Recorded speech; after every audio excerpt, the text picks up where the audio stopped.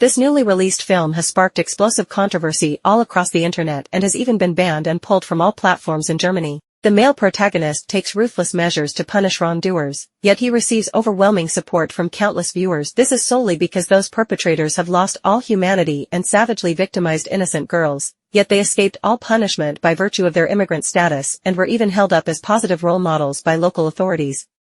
The perpetrators' families also openly cyberbullied the victims, twisted the facts, and claimed the girls brought everything on themselves due to their clothing choices. When the rules favor evil and justice cannot be served, fighting violence with violence becomes the only justice left for the vulnerable. Sanders, the male lead, is a typical rich second-generation heir. He could earn €50 million every year just from rental income, and he also owns various businesses including bars and nightclubs. Yet he turned down such an easy life. Witnessing the suffering endured by ordinary people, Sanders made a resolute decision to take action and fix the mistakes made by white politicians. Not long ago, a woman walked out of a supermarket with her son after buying groceries, daydreaming about cooking a big feast for her family that night. But in the next second, the little boy watched his mother collapse right in front of him and slowly stop breathing. He shook his mother desperately, yet received no response at all. The case quickly hit headline news. Disappointingly, the killer avoided legal trial simply because he was an illegal immigrant. All women lived in constant fear and dared not step outside after dark. Since the law failed to deliver justice, Sanders resolved to avenge the victims with his own hands. Shortly afterwards, news reports stated the killer's body had been found in a trash bin. Sanders instantly rose to great fame and was affectionately dubbed the Citizen Vigilante by the public. Word of the Citizen Vigilante soon spread all the way across the ocean to the United States. Online public opinion overwhelmingly praised Sanders without a single dissenting voice. However, the police department and judicial system loathed him deeply, as this brand of vigilante justice posed a severe challenge to their authority. Superiors ordered Detective Henry to hunt Sanders down at all costs and bring him to justice. Sanders paid this no mind whatsoever and grew even brazen in his actions. He openly posted speech videos online, calling on the public to rise up against injustice. Sanders sought to rouse people through his speeches. Everything they had fought tooth and nail to build was being traded away bit by bit as bargaining chips by politicians. Those who sacrificed everything would be completely forgotten, denied the honors they deserved and robbed of even their last shred of dignity. Soldiers who returned home after bloody battles would find their homeland overrun by illegal immigrants. They faced constant risk of robbery and murder just walking down the streets.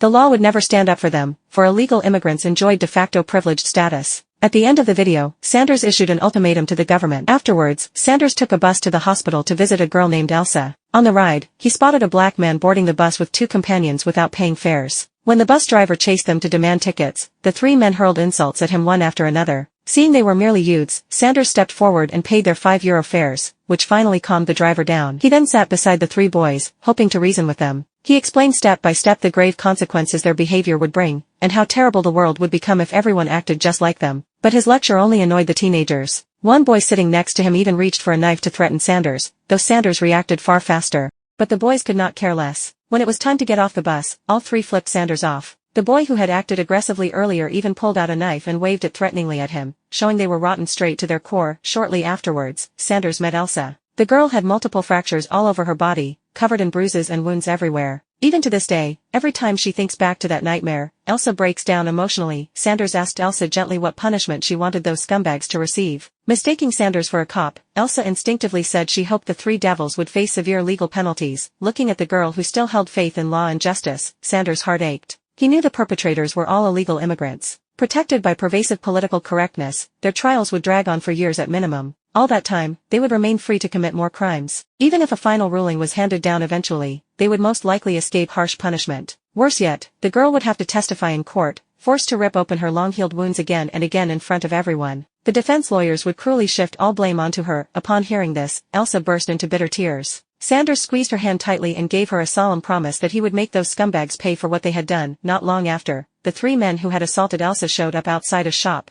planning to extort a large sum of money, unaware that death was right around the corner. The moment they stepped inside and wondered why the shop was pitch black, deafening gunshots rang out. When the lights turned back on, the three thugs had been shot full of bullet holes. Sanders stared coldly at their bodies and stepped right over them without the slightest hesitation. The vigilantes' repeated acts had brought total humiliation to the police department. As lead detective on the case, Henry publicly condemned the vigilante in front of the media, spouting blatant lies that the vigilante was a terrorist funded by foreign far-right groups. To fight back, Sanders soon made another high-profile move by posting a new speech video online. By this point, he had completely lost faith in the corrupt judicial system. In the video, he lashed out fiercely at the government and judiciary for dereliction of duty, urging ordinary people to rise up and rebel against a country rotten to its bones. Only through resistance could they take back everything that rightfully belonged to them. After watching the video, Henry turned livid. It was blatant incitement to riot. He swore he would arrest the man at all costs. Henry quickly confirmed the 3 dead men were the ones who had attacked Elsa. He immediately led his team to the hospital to get a full description of the vigilante from Elsa. When Elsa heard the 3 devils were dead, she broke down crying once more. Still, Henry cared only about the vigilante's appearance and kept pressuring Elsa for clues, until Elsa finally said. He looked Middle Eastern, with black hair and a beard. This made Henry frown deeply. Men fitting such a description were everywhere. Coupled with the foreign immigrant angle, he had to handle the case with extra caution. Still, he soon spotted a tiny opening to track down Sanders. A few days later, Henry headed to a bar to drink and unwind. Many patrons recognized him as the officer who had vowed to hunt down the vigilante on the news, greeting him with open hostility. Henry had fully expected this reaction, however. He firmly believed everything he did upheld social order and paid no mind to their cold stares. Then Henry caught sight of a man staring intently at a table holding 2 men and 2 women. His police instincts kicked in, putting him instantly on high alert. Shortly afterward, the 2 young women at the table walked to the restroom together. The 2 men left behind dropped their pretense, slipping date rape drugs into the women's drinks without a sound. None of the pair realized every sneaky move they made was being watched, including by Henry, the police officer himself. Yet Henry chose not to intervene. Meanwhile, Sanders stood from his seat. He pretended to walk toward the restroom, then circled back and lied to the 2 men that the girls they targeted were being harassed by other guys in the bathroom. Furious that someone else might steal their prey, the 2 men bolted for the restroom in a rush. Seizing his chance, Sanders quietly swapped the glasses, placing the 2 drugged cups in front of the men's seats. Moments later, the 2 women returned to the table. Though the men were confused why the stranger had lied to them, hitting on the girls took top priority. They eagerly lifted their glasses and watched the women drain their drinks, their grins growing more lecherous by the second. But within mere seconds, the men started feeling off, overcome by severe dizziness. Just 3 seconds after swallowing the drugged liquid, both passed out cold. The 2 young women thought they'd simply gotten dead drunk. They gently nudged the unconscious men, trying to rouse them to keep partying. At that point, Sanders stepped over to the girls and laid out every vile trick the 2 men had pulled. Terrified, the women fled the bar at once. After witnessing the whole ordeal, Henry thought Sanders meddled far too much, acting just like the rogue vigilante he hunted. Once Sanders left, Henry slipped over to his table and stole the glass Sanders had been drinking from. Henry thought he'd covered his tracks perfectly, never guessing the bar belonged to Sanders. He visited the venue daily to oversee operations, so the bartender told him the next morning that his glass had gone missing. Sanders' eyes narrowed slightly. He'd anticipated this all along and stayed vigilant. Though Sanders resided in Europe, he held official U.S. citizenship, a genuine foreign national. He claimed he was only staying for an extended vacation. If the police dared use the stolen glass as evidence, they would immediately face charges for illegally invading a foreign national's privacy. Shortly afterward, Sanders headed to his rental property management firm.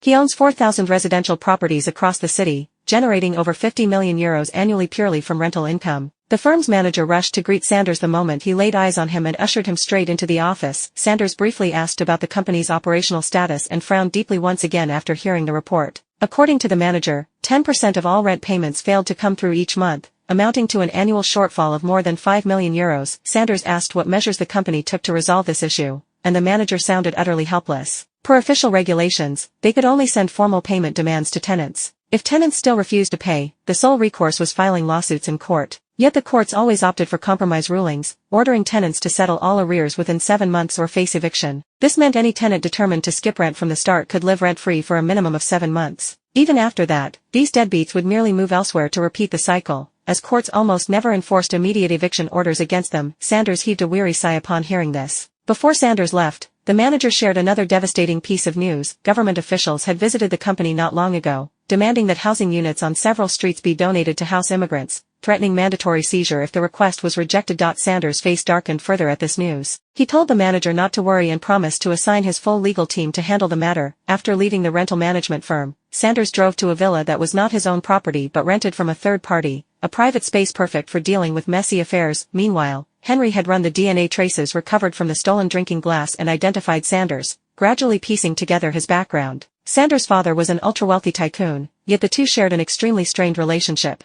Sanders had been sent to boarding school from a young age, only permitted to return home twice each year. His mother had been brutally murdered by foreign immigrants when he was a child. He later moved to the United States and enlisted in the U.S. Marine Corps, where he excelled with an impressive combat record before being honorably discharged a few years prior. Returning to Europe under the pretense of a long-term vacation, the scene cuts back to Sanders. He knocks softly on a family's front door. The father who answers mistakes him for a journalist and tries to drive him away in irritation, while his daughter cowers fearfully on the staircase. Sanders gets straight to the point and states his reason for visiting. The father flies into a towering rage the second he hears Sanders' intent. How could he possibly find peace knowing 7 scumbags gang-raped his daughter only to walk free without conviction? The young girl's eyes well up with tears instantly. Having heard their story, Sanders turns and leaves without another word. On his way out, he crosses paths once more with the 3 boys he encountered on the bus earlier. They are in the middle of bullying another young boy, beating him repeatedly, snatching his phone, and filming the assault for footage. Sanders spared their lives last time, yet they showed zero remorse. He pulls out a stun gun and shocks all 3 to the ground. The victimized boy quickly grabs his phone and flees with his belongings. Sanders stares coldly down at the boys collapsed on the pavement. No sooner does Sanders finish speaking than he slams his boot down hard on one boy's wrist,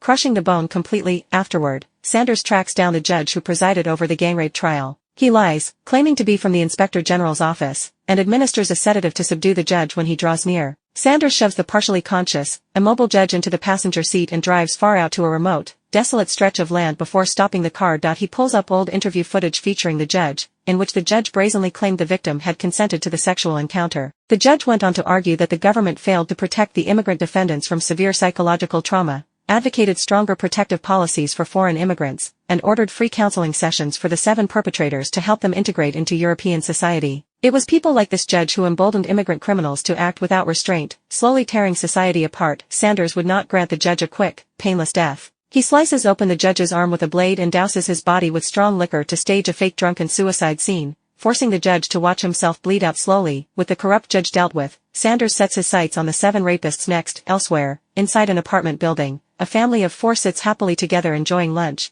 completely oblivious to the danger closing in. Suddenly, the father with curly hair hears the doorbell ring and stands to check who is outside. Spotting an unfamiliar man, Curly assumes it is a salesperson and moves to shut the door, only to be met with the cold barrel of a gun pressed against him. Sanders forces Curly into the living room at gunpoint, sending the entire family into blind panic.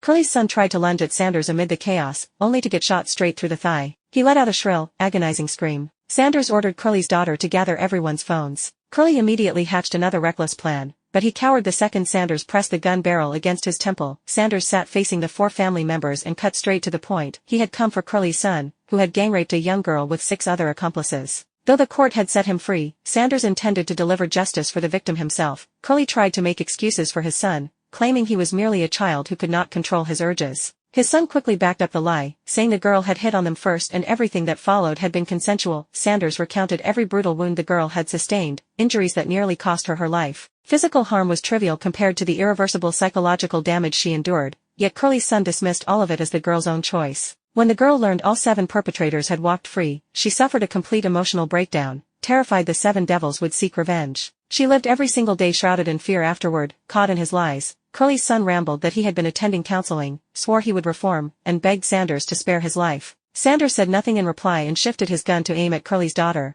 Her crimes were equally unforgivable. She had stood by and watched the gang rape unfold without lifting a finger to stop it, then mocked the victim online afterward, writing that she had brought everything on herself. Showing zero remorse or sympathy, the girl rushed to apologize and promised to delete her hurtful posts, yet Sanders remained expressionless. He knew she only begged out of fear for her life, not genuine regret. Sanders demanded to know how Curly had raised his children to act this way. He questioned the whole family. If they rejected Europe's values, why had they come to this country to harm its people? Curly replied as if entitled, claiming his homeland was torn by war and Europe bore an obligation to shelter and protect refugees like them. Sanders had no patience left to waste on them. He ordered Curly's son to call his 6 accomplices and summon them all to the house. Fearing for his life, the boy betrayed his cohorts without hesitation, foolishly believing this would save him. But their fate had been sealed the moment they committed the atrocity. Soon the doorbell rang. Sanders told Curly's daughter to answer the door. Forced by the hostages' lives, she obeyed. As soon as the first 2 boys stepped inside, Sanders pulled the trigger without hesitation. Curly attempted a sneak attack from behind and was shot dead on the spot. Sanders sent him to join his family in death. Sanders stood guard over the bodies scattered across the house, waiting quietly for the remaining 4 targets. 2 more arrived shortly afterward, and Sanders dragged them inside to die alongside Curly's family. The final 2 men showed up soon after, and Sanders had fully avenged the young girl. Later, the girl saw news reports stating all 7 perpetrators had received their well-deserved punishment. At that moment, she recognized the mysterious Vigilante as the man from his online speech videos and burst into tears of relief,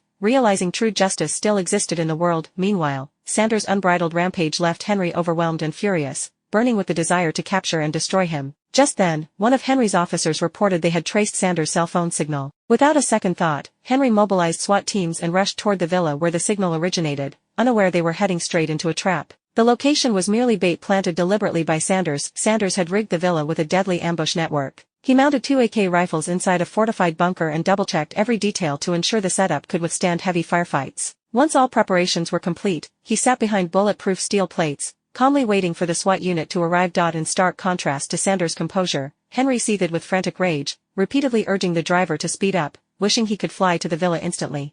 To bring Sanders to justice, shortly after, the SWAT team arrived outside the villa, surrounding the building completely with a massive formation. Several officers carrying riot shields led the advance. Finding the front gate locked tight, they immediately grabbed bolt cutters to force it open. They crept cautiously up the exterior stairs, hoping to avoid alerting Sanders, unaware that every single one of their movements was captured on surveillance cameras. Inside the bunker, Sanders watched the SWAT's every move closely on his phone. Since Sanders made no attempt to stop their advance, the officers soon closed in on his bunker. They first deployed flashbangs and stun grenades to clear the way, then charged into the room through clouds of smoke, only to be stunned speechless by what they saw. A full steel fortress stood in the middle of the room, its dark gun barrels locked straight on them. From within the bunker, Sanders called out, telling the officers not to throw their lives away for nothing. Henry refused to believe Sanders possessed such heavy fortifications and ordered the SWAT team to open fire without hesitation. Bullets slammed against the steel plating, sending showers of sparks flying, yet failed to pierce the defenses. Sanders retaliated instantly, unleashing a storm of bullets toward the officers. Gunshots and screams echoed nonstop,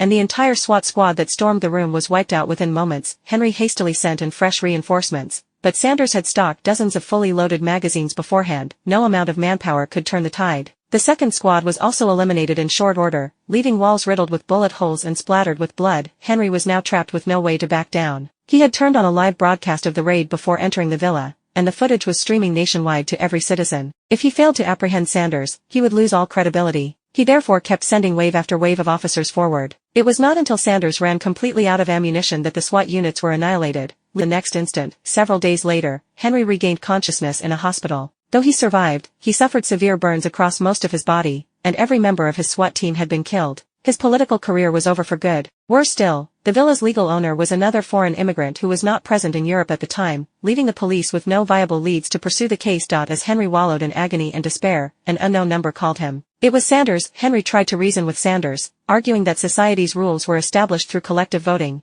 and that his violent acts put innocent people at risk, warning he would face certain death if he did not stop. Sanders fired back without hesitation. He stated plainly that if European citizens failed to take action soon, the freedom and democracy touted by the government would be utterly destroyed by criminals. The nation was heading down an extremely dangerous path, and if society refused to wake up, ordinary people would be forced to put an end to this broken system themselves. With that, Sanders hung up, leaving Henry lost in long, heavy silence. Moments later, Henry instructed his aides to connect him with the Prime Minister, stating he held critical information to report. The movie ends here. See you next time.